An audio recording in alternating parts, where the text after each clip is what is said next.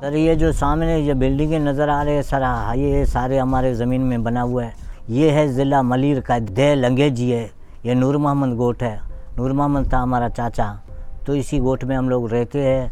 तो कदीमी हम लोग घर इधर रहने वाले हैं। हम लोगों का बिल्कुल पक्का ज़मीन है, गांव है, घर है। हमारा ज़मीन था, आबादी था, कुएँ था, टूअल था, वो भी इसने जालिम ने गिरा के बंद कर दिया, लेवल कर दिया। हमारे लड़कों 3 लड़के हमारे बंद किए। एक हमारा भाई था और 2 हमारे लड़के थे। इन लोगों ने बंद करवाया। फिर हम कोर्ट में जाके ज़मानत करके आया। अभी ये हमें बोलता है भी गोट खाली करो, नहीं तो हम ज़बरदस्ती मशीनें ला के आपका ये घर मर सब गिरा देगा।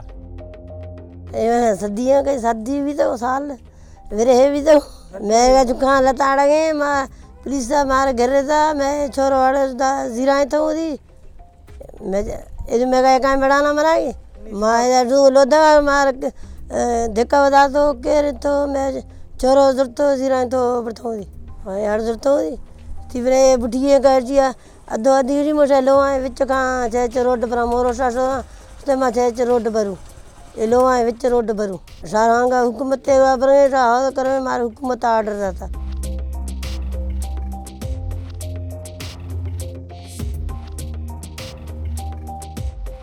ये ज़मीन मस्जिद वाला ये अंग्रेज़ के दौर से हमारे सर्वी नंबर हैं, यहाँ मारूसी नंबर हैं और ये दुनिया का 3रा नंबर मस्जिद बना रहे हैं।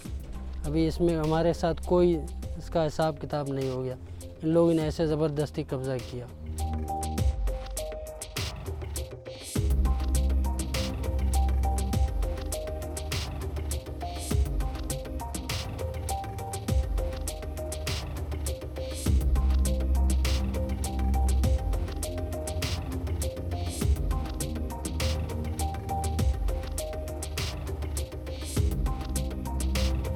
एक बार मलिक रियाज खुद आया था इधर, ऑफ़र दिया हमारे वाल साहब से, ज़मीन मांगा, बोले तुम अपना ज़मीन दे दो। 15 करोड़ का इसने ऑफ़र दिया, खाली चेक दे दिया। बोले जितना तेरे को लिखना है इधर लिखो, मैं तेरे को पैसा देंगे। बोले तुमने मेरे माँ का कीमत कर दिया, अभी तुम अपना माँ का कीमत मुझे बताओ तो मैं तुम्हारे माँ का कीमत अदा कर दूँगा। फिर गर्दन नीचे करके चला गया।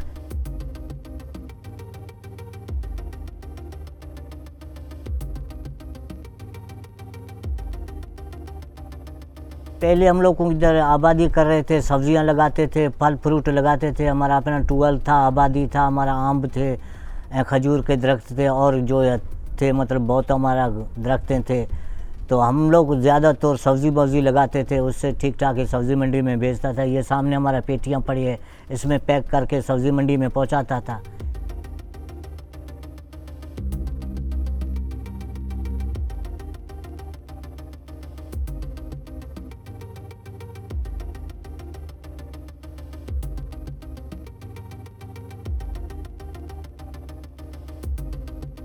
सबसे पहले कोई भी प्रोजेक्ट जब लॉन्च होता है तो पहले उसका एरिया डिफ़ाइन किया जाता है, उसकी एक कानूनी कार्रवाई होती है, फिर उसके बाद उसकी EIA एनवायरमेंटल इम्पैक्ट असेसमेंट वो होता है कि इस प्रोजेक्ट के लॉन्च के बाद यहाँ पे एनवायरनमेंट के हवाले से क्या पॉजिटिव नेगेटिव रिज़ल्ट आएंगे।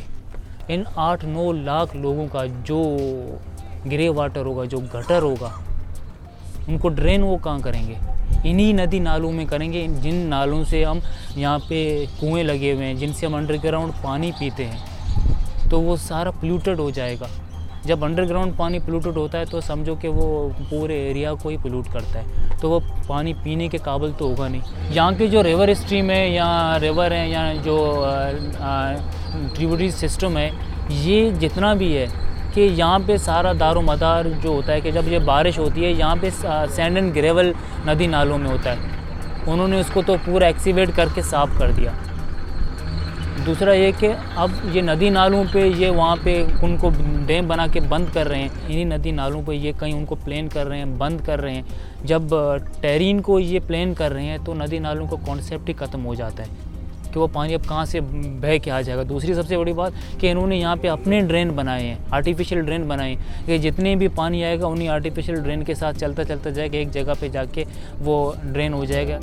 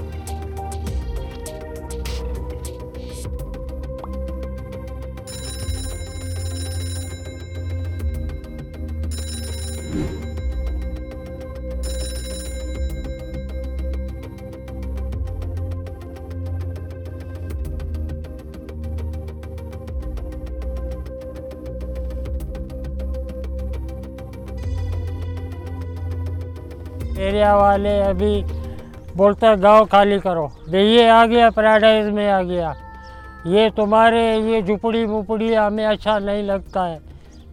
अभी हम जाए तो किधर जाए।